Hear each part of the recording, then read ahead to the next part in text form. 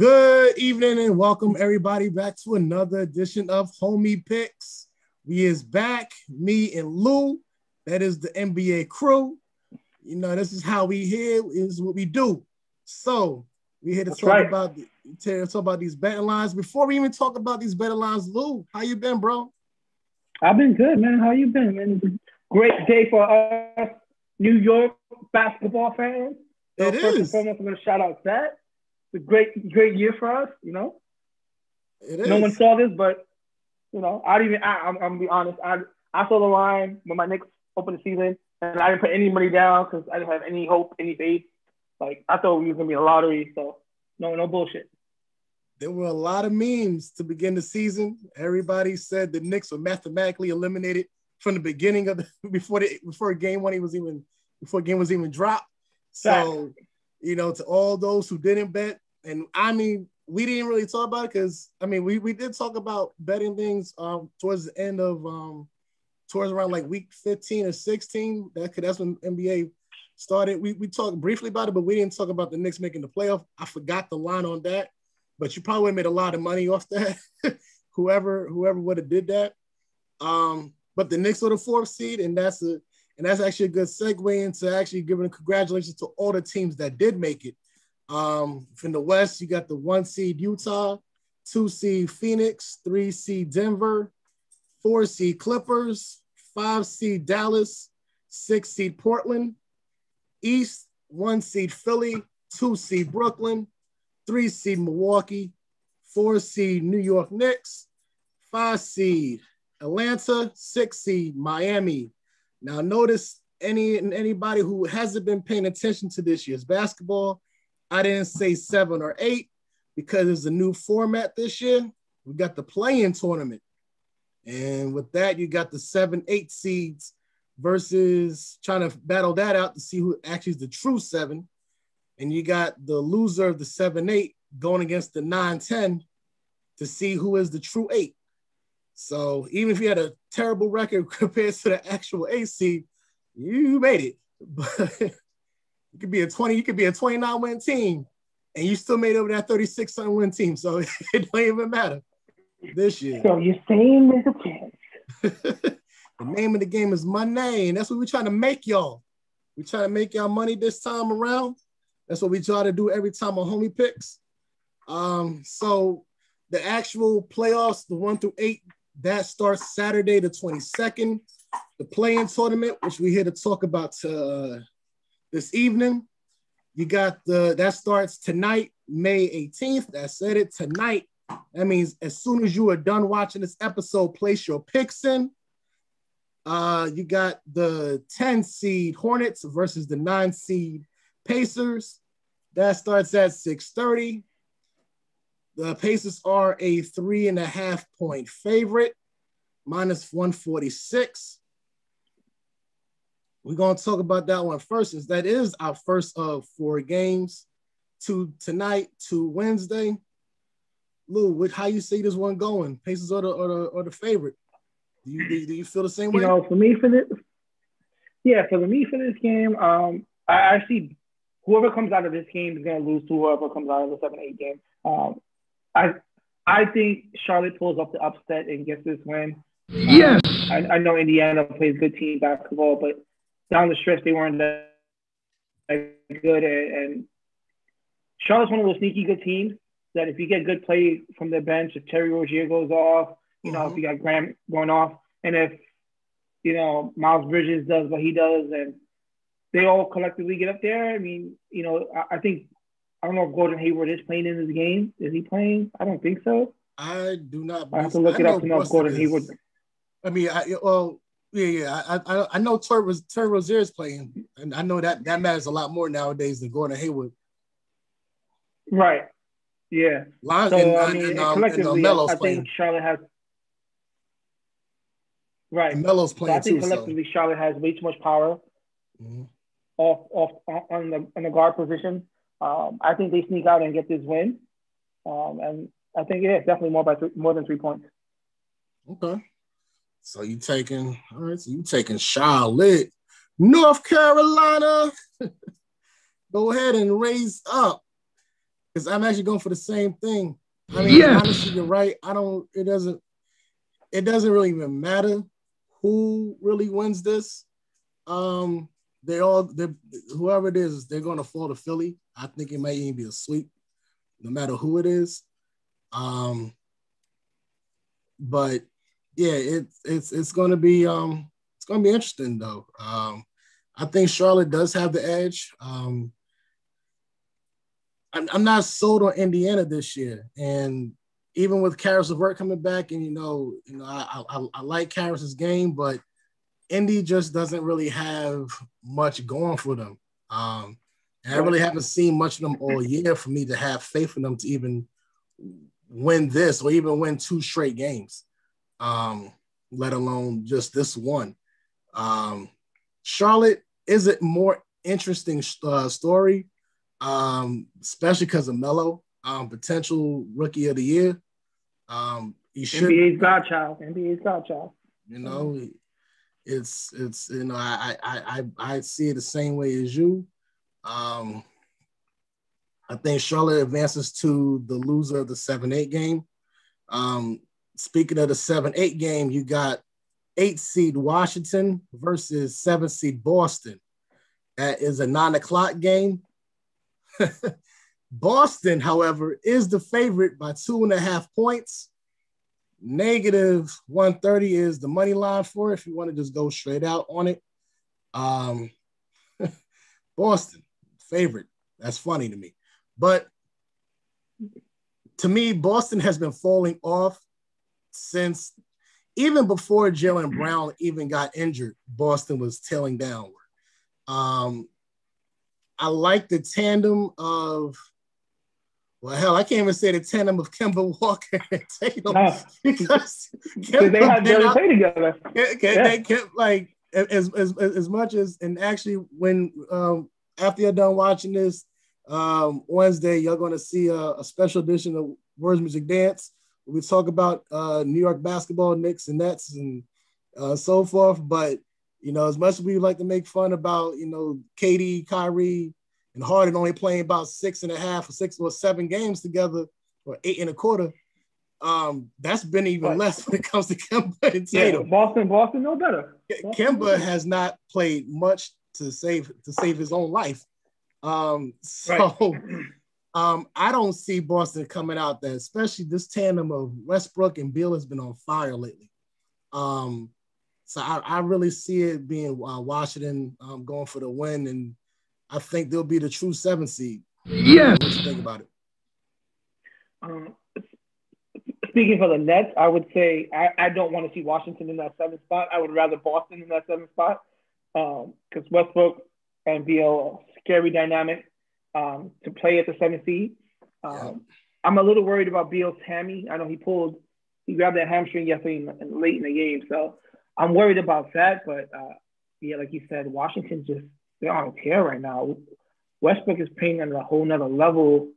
Like we all thought he was at the end of his rope when he got traded from Houston, and he just literally put Washington on his back and carried them to the playoffs. Boston, kind of that team that everyone wonders how the fuck did they get to the playoffs? Because it was just a hogwash mess. You don't know who's healthy. You don't know who's playing. I don't see Boston winning this. I see Washington winning it. Definitely covering the 2.5 points. Yes.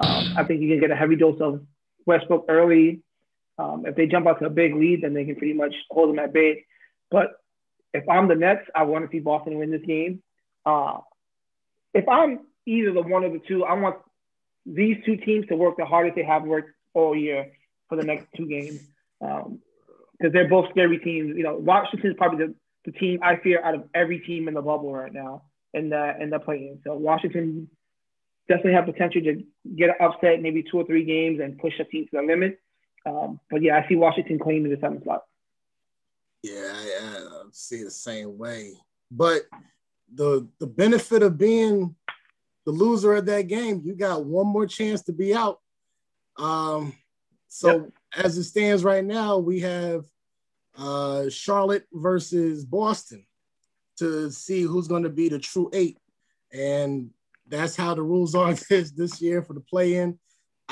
We talked about that also in Words Music Dance, but so I'm not going to go into it too much. If you want to see our comments for it, watch the episode. But we agreed that we like how things are going with this. So Charlotte versus Boston, that doesn't have a line, of course, because that game hasn't even been made officially yet. But in our hypothetical play-in bracket, who do you think is going to be the 8th seed, Charlotte or Boston?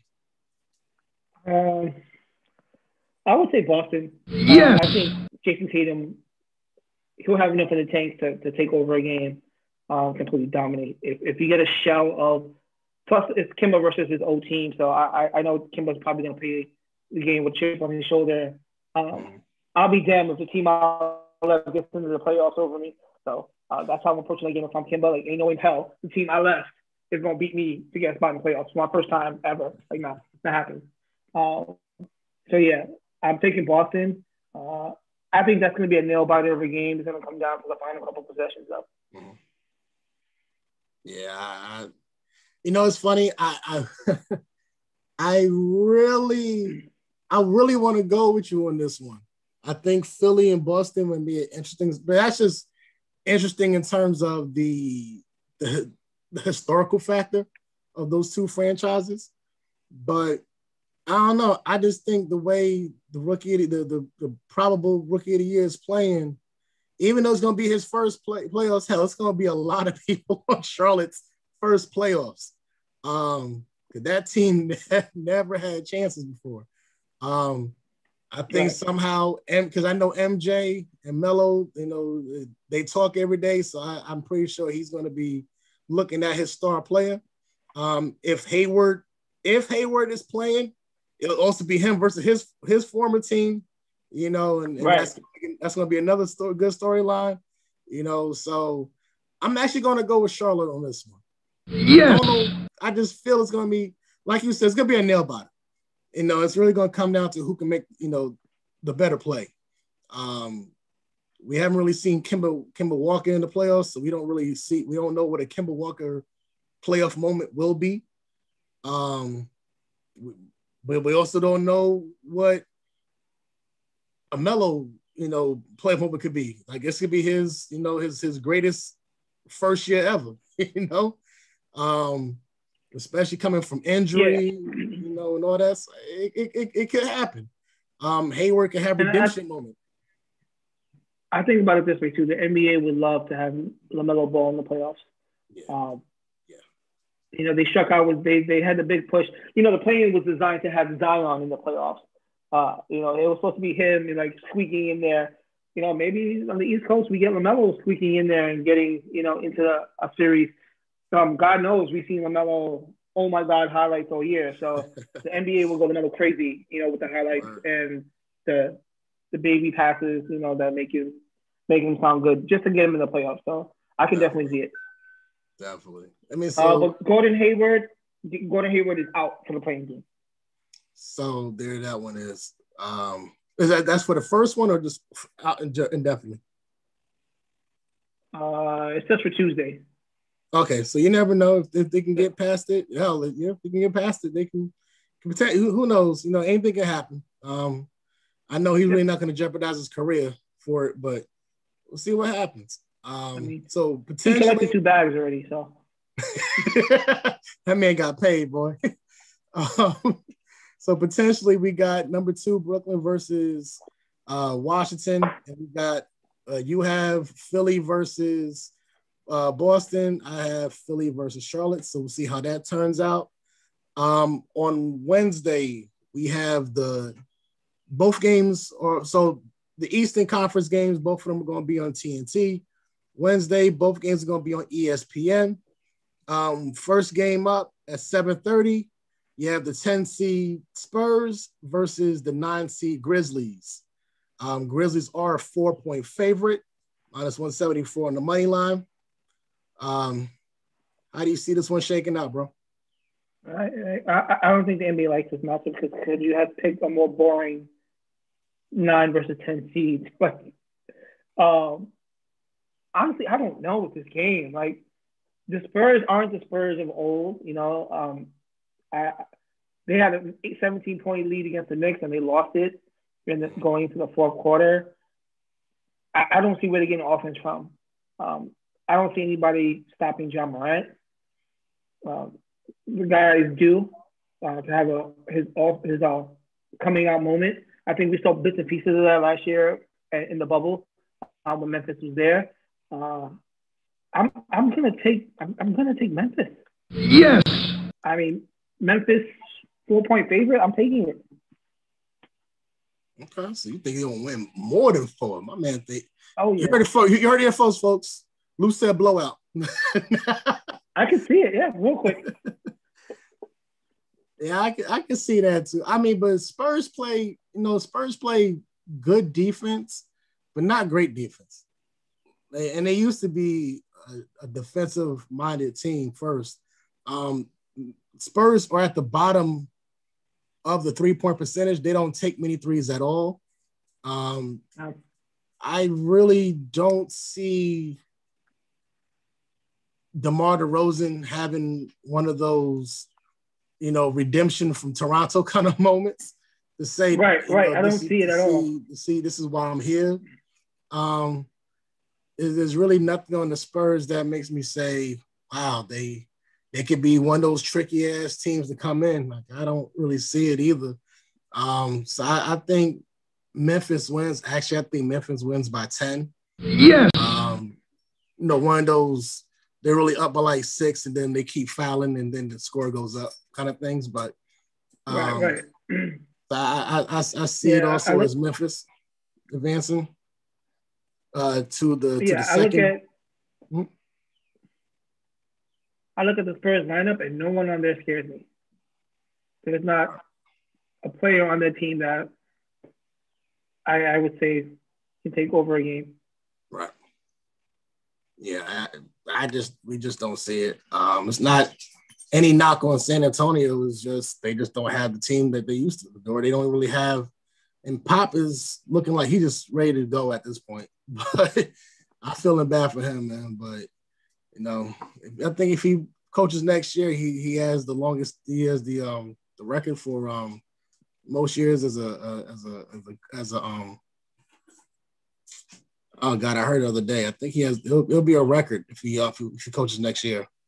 It's not. I think it's for being in the same franchise for that long.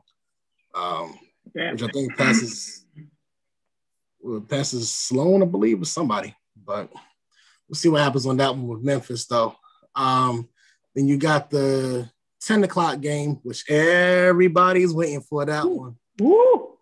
Like, this is a potential back in the day, this probably would have been if he had Klay Thompson and stuff. This might have been the Western Conference Finals moment right here. But right, Golden State, the 8th seed, going against the LA Lakers to see who is the true 7th seed. Lakers are listen. Whoever plays Utah, they're not going to have as good ratings as this game is going to have. Nah, it don't matter. It wouldn't even matter because it's Utah. But it wouldn't matter because it's Utah. But this one, I mean, the ratings for this game are going to be insane. You can potentially have Golden State or LA versus Phoenix, and that's going to be crazy. But so the Lakers are a 5-point favorite, minus 200. So they actually are the biggest favorites out of all the first playing games, to actually win it and be the 7th seed. But how do you see it? Do you see Lakers going 7 or? Listen, the way Steph is playing right now, that's a hard man to take a bet against right now. I get it. Lakers are a big defensive team, but I mean, who are they going to put on Steph Curry? The guy's playing out of his mind. Shout out to Bron for trying to, soften Curry with he's the real MVP talk before the game. Like, come on, bro. You don't feel that way. Shut up. You're right. Shut up. He ain't softening enough for you. I'm gonna go on the limb and I'm gonna say Golden State wins this game. Yes. I expect a big game from Curry. I expect Jordan Poole to step up and continue, playing the way he's playing. And don't discount Draymond being Draymond. in this game. You know, hard fouls, being defensive, playing facilitated with the ball. You know, if you look back to when the Knicks played LA, they banged around with AD, they pumped him around. He was tired after the end of that game. I think if Draymond and the bigs from Golden State do that this game, they got a fighting chance. If Bron is 85% healthy, Lakers are taking this. But if Bron is less than that right now, and he looked bad, he couldn't put any pressure on that right ankle. He was jumping off his left heavy. The biggest jump out stat to me was the last game. He had 1 rebound in 27 minutes.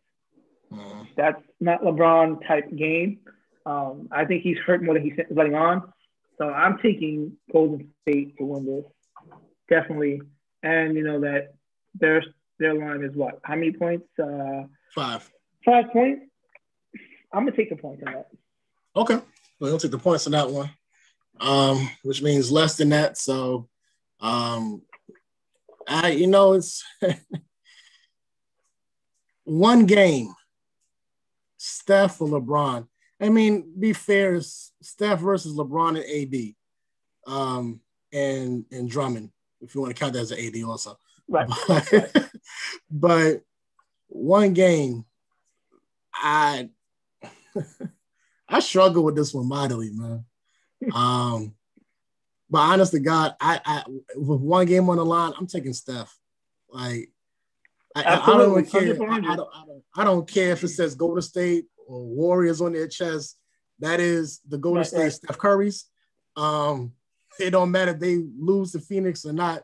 In the next round, I just can't see Steph losing this game. Yes.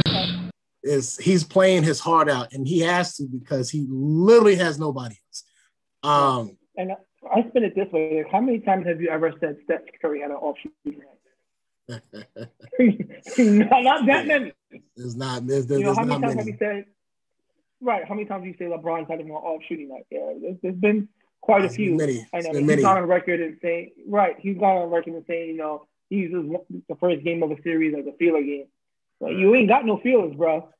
Unless you want to play again the following night. So so it's not gonna work out so well. So we both got the Golden State Currys going as the 7th seed. So that would make the 8th seed game Memphis versus Lakers. I think John Morant is a superstar in the making, but I don't think it's going to be his season to do that. Right. I think there's too much. I think there's way too much on LA for Memphis to handle. Pause.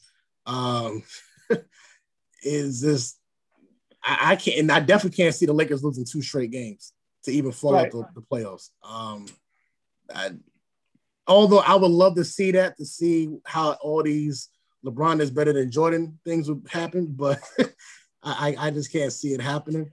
So I would see Lakers being the 8th seed, and that would be in a tough series against Utah. What about you? Yeah, I say the same thing. Could you imagine the NBA playoffs without LeBron in it? I want to imagine it. We have. I want to do as well. I mean, like you said, it'll get all these LeBron super fans off that Jordan coattail. You can finally slap the wrist away, like, get out of here. You're done. Like, nah, go back down there. Yeah. I can't see, like you said, John Morant's up and coming. That Memphis team has some shooters. They don't have the experience yet. Let them build. I think they're one piece away from being that contender in the West. You got Jerry and Jackson. You got Dylan. Well, Dylan Brooks. He's expendable over there. And, the sharpshooter. Yeah. But you got the sharpshooter, Grayson Allen. Allen's over there. So, a young, hungry team. I don't see them beating the Lakers. If I'm Utah, I am praying that I don't see the Lakers in the first round. Yeah. They have to pray. They have to pray more than the Nets having to see Washington, because the Nets can overcome Washington. It's going to be hard. They'll probably push them to 5-6 games. But 1 versus 8 and the Lakers in the 8th spot, that's not really a 1 versus 8 going into the playoffs. That's going to be like a 1 versus 2. And I don't see Utah coming out of there if it's the Lakers. Look, the last time Utah was a 1 seed, they lost to the 8 seed Warriors. So I don't think Utah wants that smoke, especially if we have the Lakers. Hell, even if it wasn't the Lakers, even if it was Golden State, I don't think they still want that smoke. So right. They don't want that smoke either. No, they don't want that smoke either. I mean, it's more manageable, but you still don't want that smoke. Not Steph Curry. Steph Curry lights you up in 6 games, 7 games. No. For real. Nah, it'll be a nightmare all day. So that's how we see it for these playing games. We'll talk more about the actual 1 through 8 series as time gets near for that. As a quick love shout out to Marv Albert. It's going to be his final NBA playoffs. He was the voice of the Knicks, the voice of the Nets, TNT commentator. I mean, he's been in the business since I believe 1964 when he was the Knicks commentator. So play-by-play, yep. You know, he has had a very long, illustrious career. So, you know, shout out to Marv. You know, we wish him all the best in retirement. You know, but we still have at least 3 rounds of him. So that'll be at the end of the Eastern Conference finals. We'll have no more Marv. But until then, we do have more playoff talk to talk about. We are going to talk about baseball and so forth as time moves on. But right now it's NBA time. Shooters shoot, and we will shoot at y'all another day. Deuces. Peace.